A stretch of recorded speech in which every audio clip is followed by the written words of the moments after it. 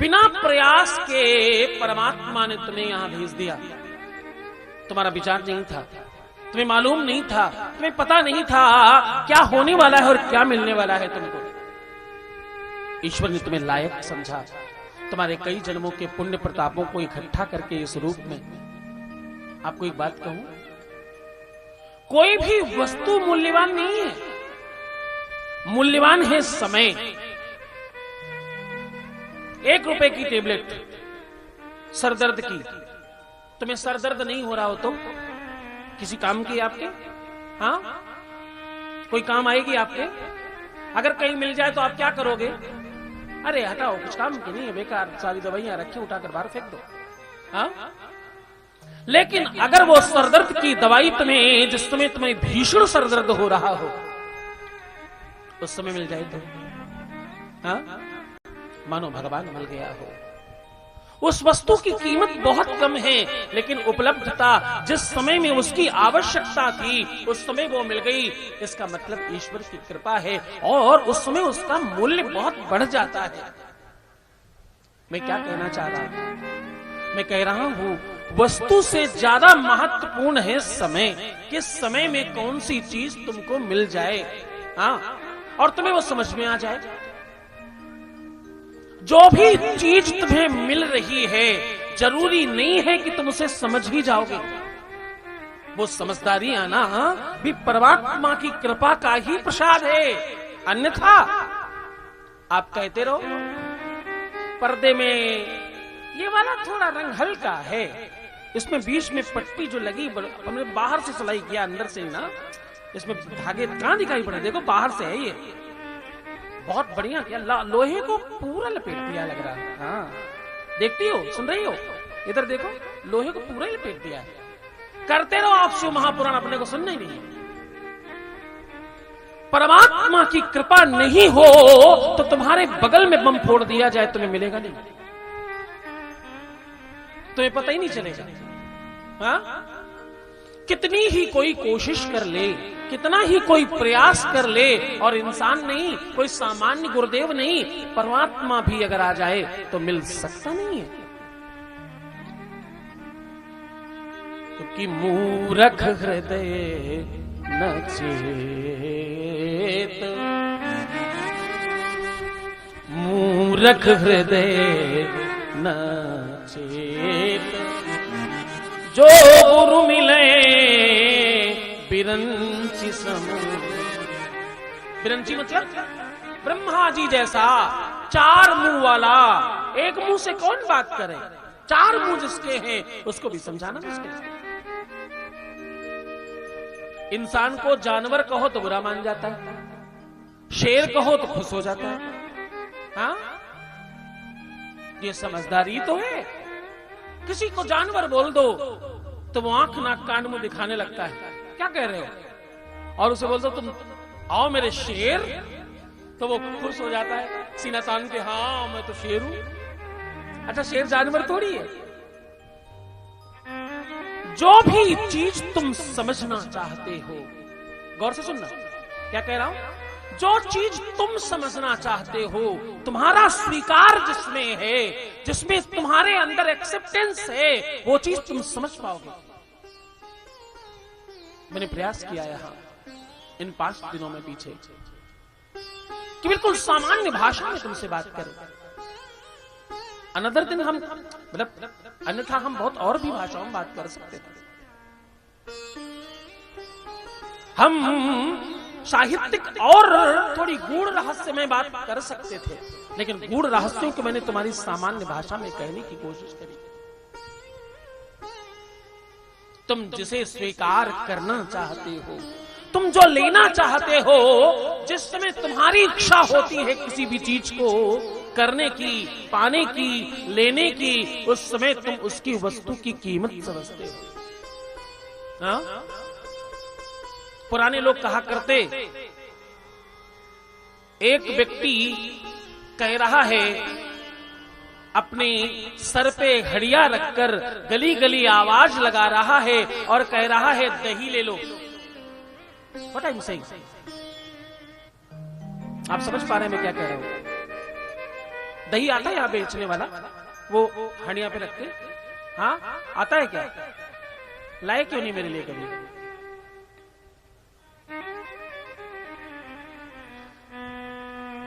पांच दिन में किसी ने ये तक नहीं पूछा खाना खाया है क्या?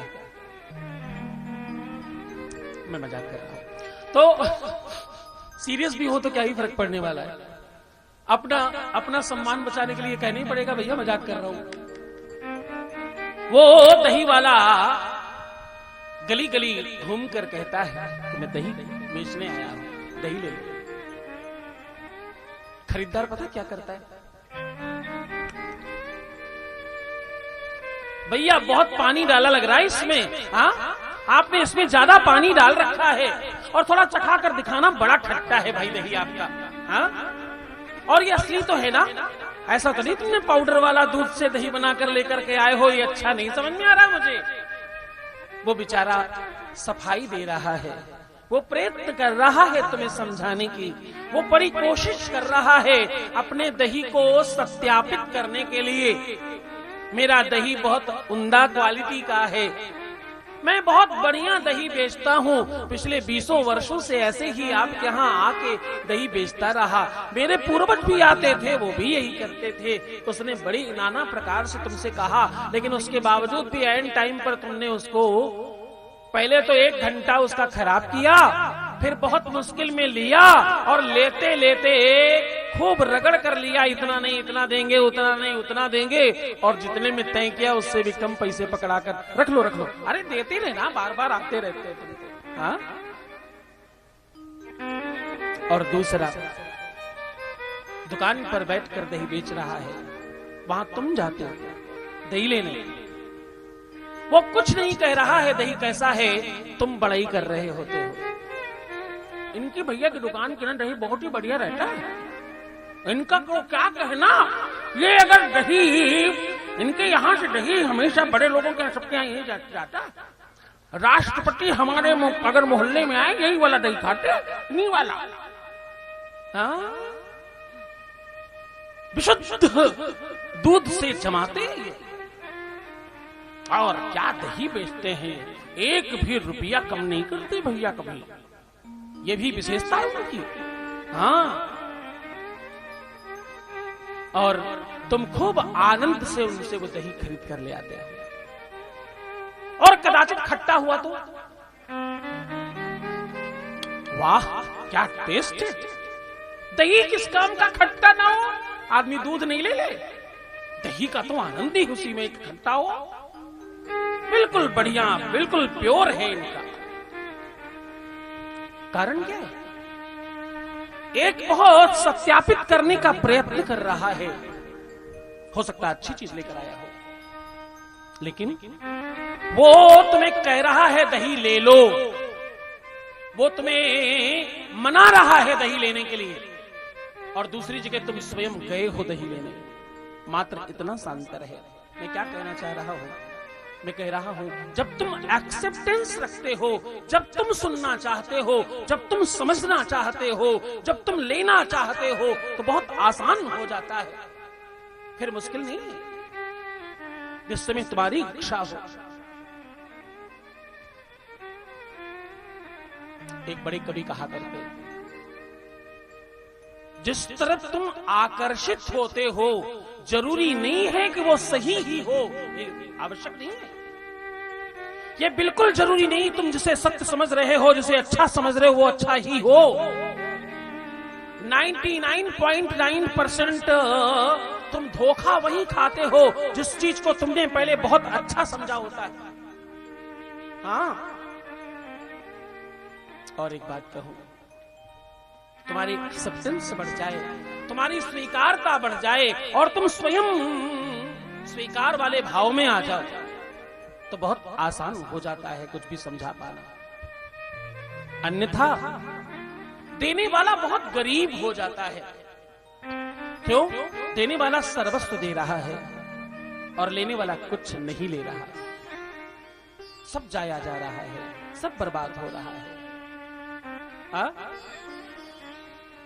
बिल्कुल वो उस गरीब और अमीर की तरह जैसे गरीब बेचारा कितनी अच्छी बात कह रहा हो, अमीरों के बीच में वो उसकी बात फीकी हो जाती है, और अमीर आदमी कितना ही बेकार बात कह रहा हो वो स्पेशल लगने लगती है। हाँ, बोले धनवान चाहे तुझसे कर्मों करें,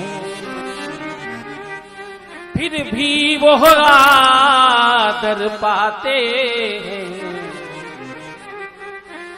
और निर्धन बेचारे निस्तार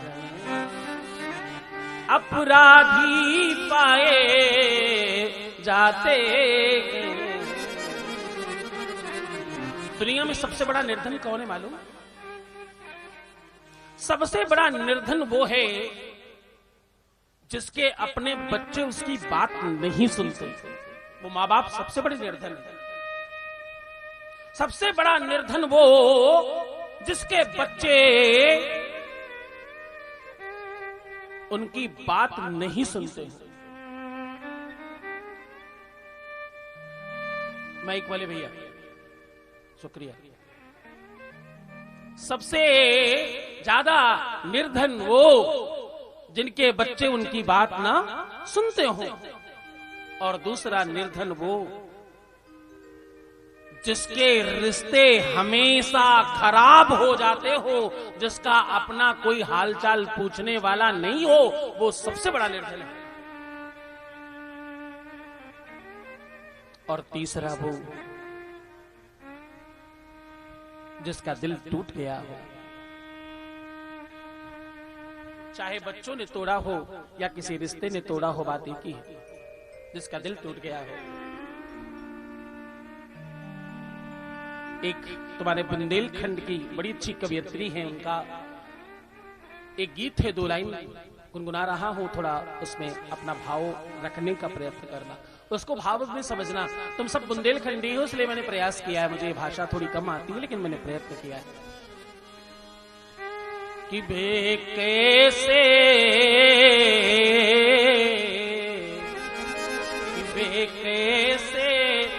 किलपत हुई है री, जिनके दिल टूटत हुई है री।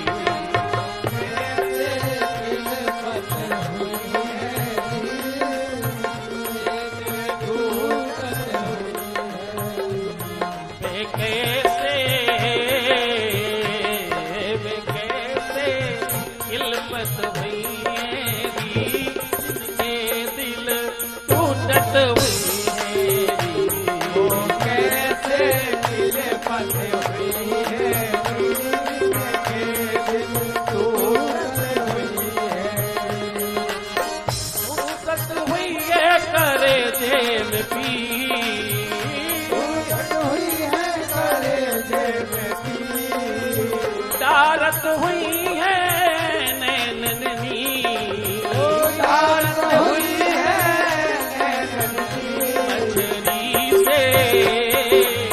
मछली से तड़पत हुई है,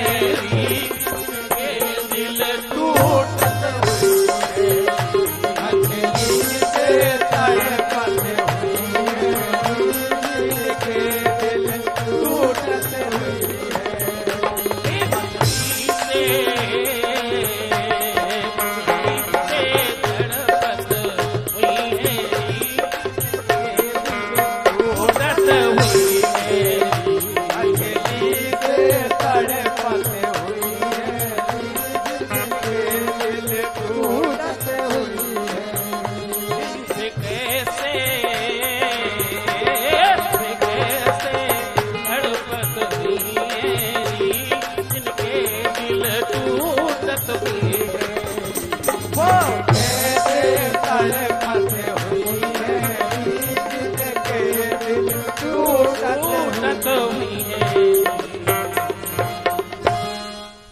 जिनका दिल टूट गया हो, पूछ कर देखो, किसी का विवाह टूट रहा हो, किसी का संबंध टूट रहा हो, किसी के बच्चे उससे दूर हो गए हो, और किसी को कोई धोखा देकर चला गया हो, जिस पर विश्वास किया, साथ में व्यापार किया, साथ में कारोबार किया, सारी संपत्ति साथ में लगा दी और वो धोखा देकर चला गया। उनसे पूछो और बार बार टूट टूट कर कोई कितना टूट सकता है, ये किसी उस इंसान से पूछो जिसके कई बार रिश्ते टूट चुके हैं। वो सबसे गरीब है। और अगला गरीब वो व्यक्ति है जिसके पास संपत्ति तो है, लेकिन परमात्मा ने उसकी असली संपत्ति छीन रखी है। या तो कोई भोगने वाला नहीं है, और या तो शरीर में इतने रोग हैं कि वो किसी भी चीज का रसस्वादन नहीं कर सकता। वो गरीब है। और अगला गरीब वो है जो समूचे विश्व में पूजा जा रहा हो और उसके अपने ही लोग उसकी बात न समझते हो। वो बहुत गरीब है। कोई टीचर है, कोई अध्यापक है, कोई डॉक्टर है, कोई इंजीनियर है, कोई बड़ा पढ़ा लिखा है, कोई खूब समझदार है, कोई नेता है, कोई अभिनेता है, समूचा विश्व उनको नमस्कार करता, नमन करता, प्रणाम करता, वंदन करता, और घर में पहुंचते ही उनकी स्थिति खराब हो जाती। वो बहुत गरीब है। शास्त्र कहते हैं कि ये चंद लोग वो जो हैं, ये इतने ज्यादा गरीब हैं जिनके जीवन में किसी भी प्रकार का कोई सुख नहीं मिल पाता।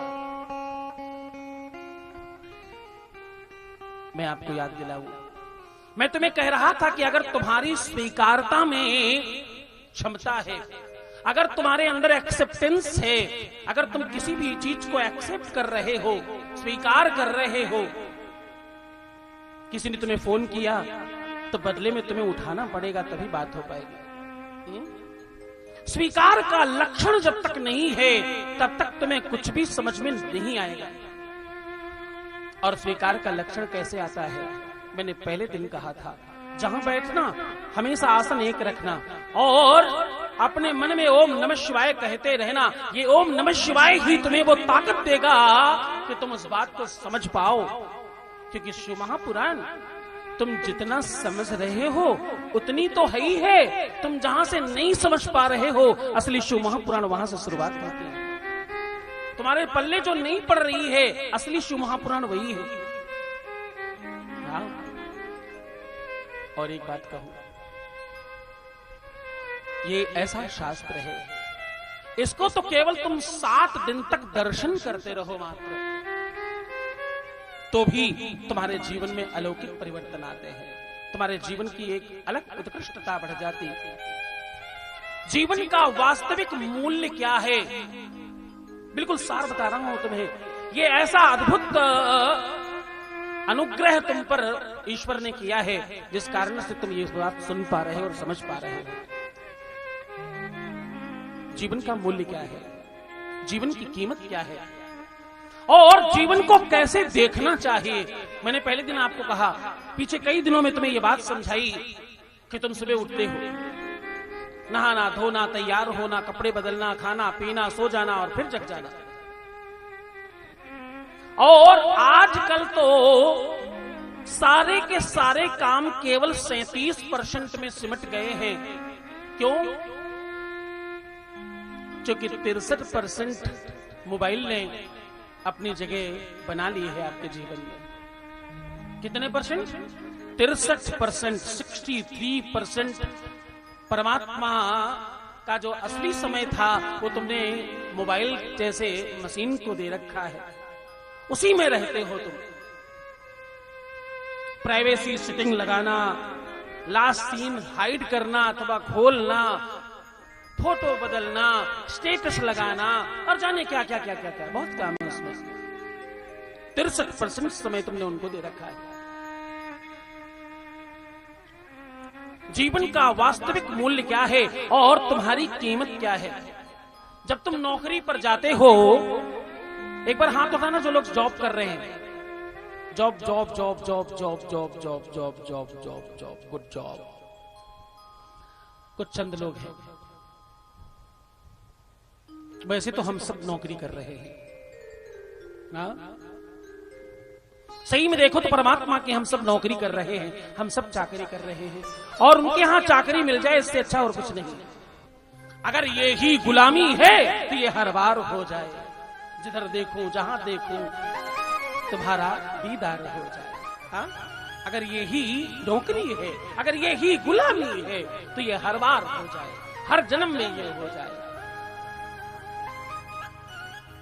मैं तुम्हें नौकरी के संदर्भ में बात कर रहा था। नौकरी पर जब तुम जाते हो तो तुम्हारा इंटरव्यू लेने वाला एचआर अथवा ऑनर, मालिक, मैनेजर, जो भी फ्रंट एंड बैक एंड, जहां भी तुम जा रहे हो, वहां वो तुमसे पूछता है व्हाट इज योर एक्सपेक्टेशन, तुम्हारा मूल्य क्या है, तुम कितना चाहते हो, तुम्हारा मूल्य क्या है और तुम क्या चाहते हो। तो तुम बताते हो कि मुझे क्या चाहिए, तुम बताते हो कि ये मेरा मूल्य है, और तुम अपना अधिकतर समय उसे बेच देते हो बहुत छोटी पूंजी में।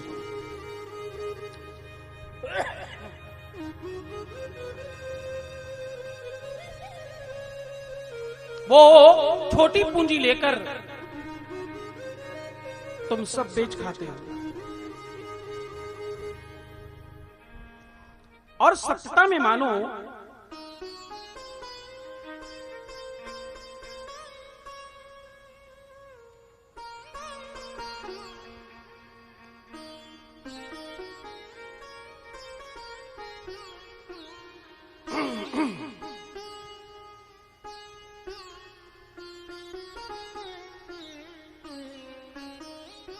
सत्यता में मानो तो ये तुम्हारी कीमत है। अगर नाथ देखोगे अब गुण हमारे, अगर नाथ देखोगे अब गुण हमारे,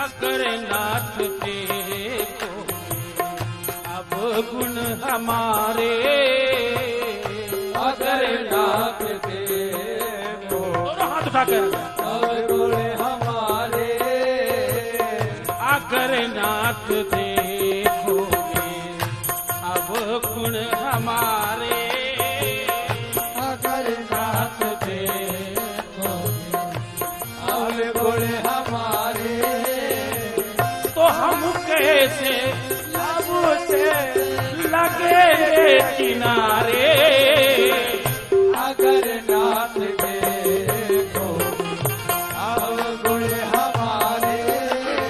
तो मैं तुम्हें पहले अवगुण बता रहा हूं, वो अपनी प्रार्थना में वापस आएंगे। शंकर जी की बारात में, शंकर जी के दरबार में सांप बिच्छू सब रखने पड़ते हैं हमें तो, और सबका कल्याण जो करना है। तो तुम बहुत थोड़े से पैसों में अपने आप को बेच देते हो। तुम कहते ये मेरा एक्सपेक्टेशन है और मुझे इतना मूल्य चाहिए, इतने पैसे चाहिए, मैं इतने में आपके यहां नौकरी करने को तैयार हूं। अब तुम सोचते हो 8 घंटे 9 घंटे अथवा 10 घंटे का काम है, बाकी तो मैं फ्री हूं। गलत, तुमने सारा समय वेस्ट दिया।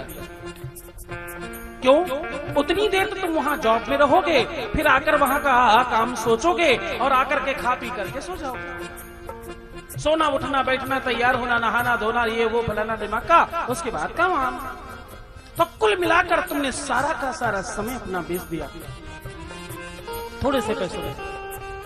क्यों? क्योंकि तुम्हें तुम्हारा मूल्य नहीं मालूम है, तुम्हें तुम्हारी कीमत नहीं पता है, तुम्हारी वास्तविकता जिस दिन तुम्हें कोई सदगुरुदेव मिलेगा उस दिन तुम्हें जगाकर तुम्हारा मूल्य बताएगा। अभी हम थोड़ी देर बाद इस पर बढ़िया से चर्चा करेंगे। तुम्हारे बीच में कई सारे लोग बैठे हैं जो पहले बहुत सामान्य जीवन जी रहे थे, आज वो जहां थे वहां से 5-5, 10-10 गुना ऊपर है, 10 टाइम ऊपर।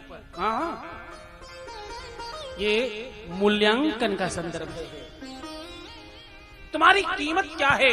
एक संत से एक भक्त ने पूछा, गुरुदेव मेरी कीमत क्या है, मेरा मूल्य क्या है, मैं एक क्या हूं क्या, और ये मैं कैसे समझूं?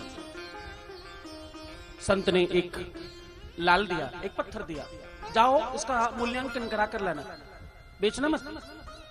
वो सब्जी वाले के पास गया। सब्जी वाले ने कहा, भैया पत्थर क्या है मुझे नहीं मालूम, लेकिन बड़ा सुंदर लग रहा है, मुझे दे दो, मैं अपनी दुकान पर लटकाऊंगा, इसके बदले में तुम 4 दिन की, 6 दिन की, 10 दिन की सब्जी ले जाओ। अनाज वाले ने कहा, महीने भर का अनाज ले जाओ, बहुत सुंदर पत्थर है, मैं अपने तराजू में लटका कर रखूंगा इसे, बहुत सुंदर है। लोहे वाले ने, बर्तन वाले ने कहा, तुम्हारे घर में जितने बर्तनों की आवश्यकता है ले लो, इससे सुंदर मैंने पत्थर देखा नहीं है, ये तो मुझे चाहिए।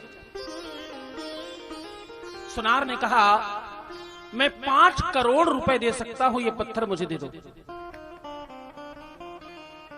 पहले वाला कह रहा है कुछ दिन की सब्जी ले लो, दूसरा वाला कह रहा है महीने भर का राशन ले लो, तीसरा वाला कह रहा सारे बर्तन ले लो, कपड़े वाला कह रहा घर भर के कपड़े ले जाओ, और सुनार कह रहा है 5 करोड़ रुपए ले जाओ। आगे बढ़े, एक जौहरी मिला। बहुत गंभीरता से सुनना, अगर तुम्हें इतनी भी बात समझ में आ गई, मैंने हजारों बार यह सुनाया है, तो भी तुम्हारा शिव महापुराण सुनने का मतलब सिद्ध हो जाएगा। आगे बढ़े, जौहरी मिला। जौहरी ने जैसे ही उस पत्थर को देखा, तुरंत अपने जेब से रुमाल निकाला और जमीन पर बिछा दिया। उस पत्थर को रख करके प्रणाम किया, वंदन किया, परिक्रमा किया, और 7 बार जमीन पर सर रख रख के प्रणाम किया, और चेकबुक लेकर आया। बोला, इसमें 100, 200, 400, 500 जितने चाहो, 100 करोड़, 500 करोड़, 1000 करोड़ तक लिख लो, ये पत्थर मुझे दे दो, ये बेशकीमती लाल है, इसको लाल कहा जाता है, और ये दुनिया में अकेला है, इसकी कोई कीमत नहीं है, ये तो मुझे दे दो। बोले, नहीं, गुरुदेव ने मना किया है बेचने को। वापस आए और रास्ते में विचार करते हुए आ रहे हैं, रास्ते में पूरा मनन चिंतन करते हुए आ रहे हैं, जीवन का क्या मूल्य था। अगर मैं सब्जी वाले के पास टूट जाता, जल्दबाजी कर जाता, तो क्या मिलता? कुछ दिन की सब्जी मिलती। राशन वाले के पास टूटता तो ज्यादा से ज्यादा 1 महीने का राशन मिलता।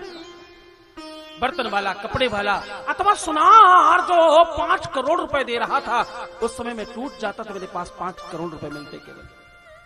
जौहरी तक पहुंचते पहुंचते वो 100, 200, 400, 500 करोड़ हो गया। इसका तात्पर्य है, गुरुदेव मुझे बताना चाहते हैं, मेरी कीमत बहुत ज्यादा है, मैं बिल्कुल बेशकीमती लाल हूं, इसीलिए माँ बाप अपने बच्चों को लाल कहते हैं। क्या कहते हैं? ये मेरा लाल है। हा? लड़कियों को लाली और लड़कों को लाला कहा जाना पश्चिम की परंपरा है। बुंदेलखंड में मेरे ख्याल से कहते हैं, लाला लाली नहीं कहते। अरे कोई क्या खास फर्क पड़ता है। लला वो एक ही बात है, लाल को बिगड़ा हुआ चाहे लल्ला कहो, चाहे लला कहो, चाहे लाल कहो, एक ही बात है। भगवान कृष्ण को लाला कह के लोग पुकारते हैं। हा? तो वो जो लाल है वो हम सबके अंदर है। एक किडनी खराब हो जाए तो न जाने कितने पैसे लगते हैं, और असली मिले और सही मिल पाए, हो पाए काम नहीं हो पाए पता नहीं। एक लीवर खराब हो जाए न जाने कितने पैसे चाहिए। मेरे कोई जानने वाले, उन्होंने कहा 50 लाख रुपए डॉक्टर मांग रहे हैं और घर का ही कोई व्यक्ति हो तो उसकी आधा लीवर उसका काट के मुझे डाला जाएगा। हम दोनों रिस्क में रहेंगे, जीवन भर 50-60 हजार रुपए महीने की दवाई खाएंगे। एक केवल लीवर, एक आंख, एक कान, एक पैर, कोई भी जरा सी चीज खराब हो जाए करोड़ों करोड़ों रुपए खर्च करके भी मिलने वाली नहीं है। तुम्हें परमात्मा ने सब डबल डबल और खूब खूब सारा दिया है। हा? पूरे की पूरे शरीर की अगर कीमत निकाली जाए तो 100 करोड़ से नीचे की नहीं है। हा? तुम्हारी जो अपनी कीमत है, ये तो शरीर की बात हो रही है, अभी अंतःकरण की, आपकी आत्मा की, आपकी विशुद्धि की, आपके विवेक की, आपके दिमाग की, आपके नॉलेज की, आपकी जानकारी की, आप समझदारी की बात अभी किया नहीं मैंने।